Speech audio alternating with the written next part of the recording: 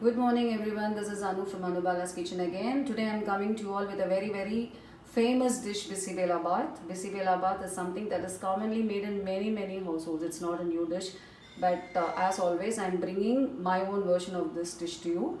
I had learned this recipe long back, way back during my school days, and I have improvised this recipe to my taste because I used to like Bisibelabath from a restaurant in uh, Bangalore. The restaurant name is Udi. I don't know whether it is still there. So I wanted to recreate that flavor in my kitchen, and that's what I am doing nowadays. So I will show you all that I do to make my Bisibelabath. So the ingredients required is rice. I have used raw rice 1 cup, tuar dal half cup, and tamarind, that is lemon size, small lemon size tamarind. These are the ingredients that will go into making the gravy. Tamarind, I have soaked tamarind in 3 cups of water and have taken the extract. 1 cup of chopped shallots, 1 cup of chopped tomatoes, 2 cups of beans and carrot chopped. I have some jaggery, 2 tablespoons of jaggery, half quarter teaspoon of haldi powder, turmeric powder, and half teaspoon of Kashmiri red chili powder to give the red color, salt to taste. These are the ingredients that will go into making the masala. I have 10 red chilies, 1 tablespoon of coriander seeds, 2 teaspoons of chana dal, 1 teaspoon of urad dal, half teaspoon of zira, and quarter teaspoon of fenugreek seeds, 4 cloves and a half inch of cinnamon stick.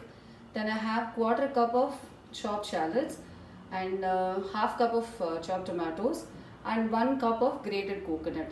This I will be roasting the spices. I will be sauteing onion and tomato, and I will grind it with fresh coconut. These are the ingredients that we will be using for tempering. Ghee, lots of ghee, 3 tablespoons of ghee, 1 tablespoon of cashew nuts, 2 to 3 sprigs of curry leaves, 2 red chilies, mustard 1 teaspoon, and hing half teaspoon. So now you'll see how Bisibelabath is going to be made. 1 cup of rice was washed well and cooked with 3 cups of water. And I have cooked tuar dal, half cup of tuar dal. First I had washed and soaked it for half an hour. It is always advisable to soak the dal and discard the water before cooking. Then I added 2 cups of water and I've cooked the dal. It will be little runny in consistency. That's what we require.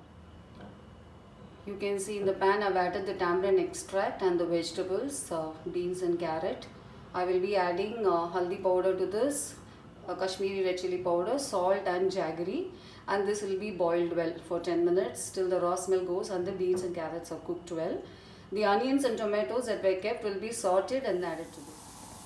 As you can see here, I have sauteed the masalas, the whole spices in half teaspoon oil till it turned golden and the chilies have turned crisp. Now I will be sauteing onion and tomato. As you can see, I have added the onions to the pan now. No extra oil is required. We will just cook till it turns light and pink. Need not roast the onion. So I sauteed the onion for a minute. It changed color to light pink. Then I added the tomatoes. This will be sauteed for a minute or 2, and this will go into grinding the masala along with coconut and whole spices. All the ingredients for the masala are ready for grinding now.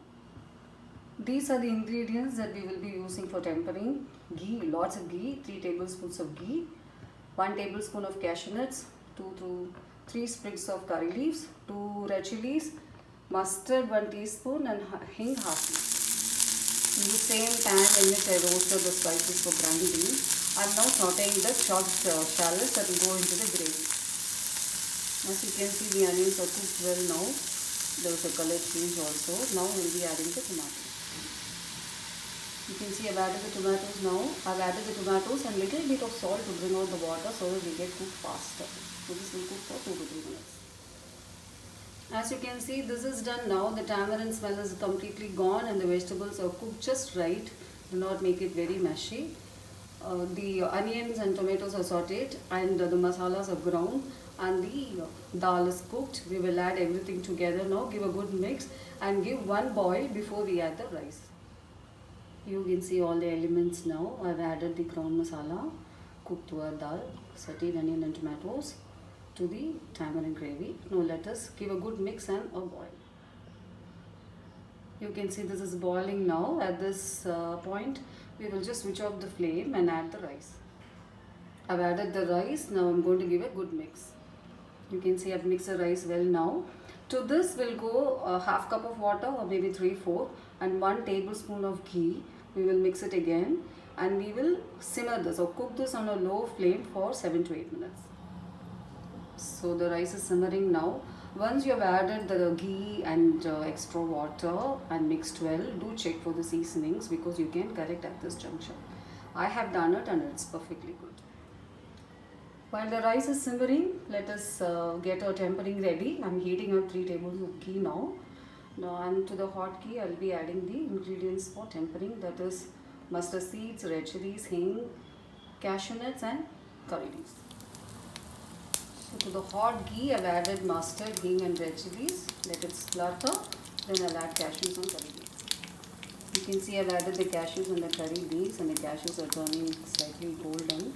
At this stage, we will switch off the tempering and pour it over the rice.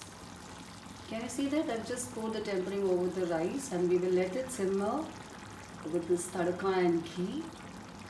This aroma is awesome. It's heavenly. I wish I can capture this aroma also and send it to you all. So friends, you can see this hot spicy bisibelabath is absolutely ready to be served. I will be serving this along with some fried papad, vadam and some raita. So friends, bisibelabath is served. While serving, just add tiny bit of melted ghee over it. It will give that nice glistening look you can see here. This is served along with badam and raita of your choice. I have served it with cucumber and pomegranate. We are going to have this for lunch today. Hope you also will try this recipe, enjoy and then do give me a feedback. Thank you for watching. Enjoy cooking and enjoy eating.